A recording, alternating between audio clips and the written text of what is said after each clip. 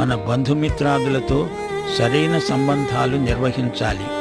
ఆప్యాయతతో వారిని పలకరించాలి. వేషధారణ, ఆధ్యాత్మిక గర్వం వల్ల బంధువులను దూరం చేసుకోకూడదు.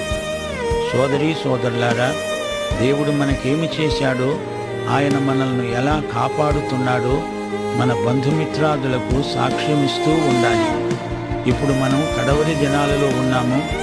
మన దేశంలో అనేక రకాలైన దృక్పథాలున్నాయి. దేవుణ్ణి గురించి పలువురు పలు విధాలుగా వివరిస్తారు.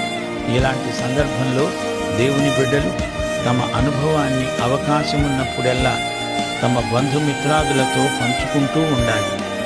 వారిని సహృదయంతో ప్రభువు వైపునకు ఆకర్షించాలి. విశ్వాసము లేకుండా దేవుణ్ణి ఎవరూ సంతోషపెట్టలేరు. దేవుని వద్దకు వచ్చేవాడు దేవుడు ఉన్నాడని ముందు నమ్మాలి. తనను వెదికే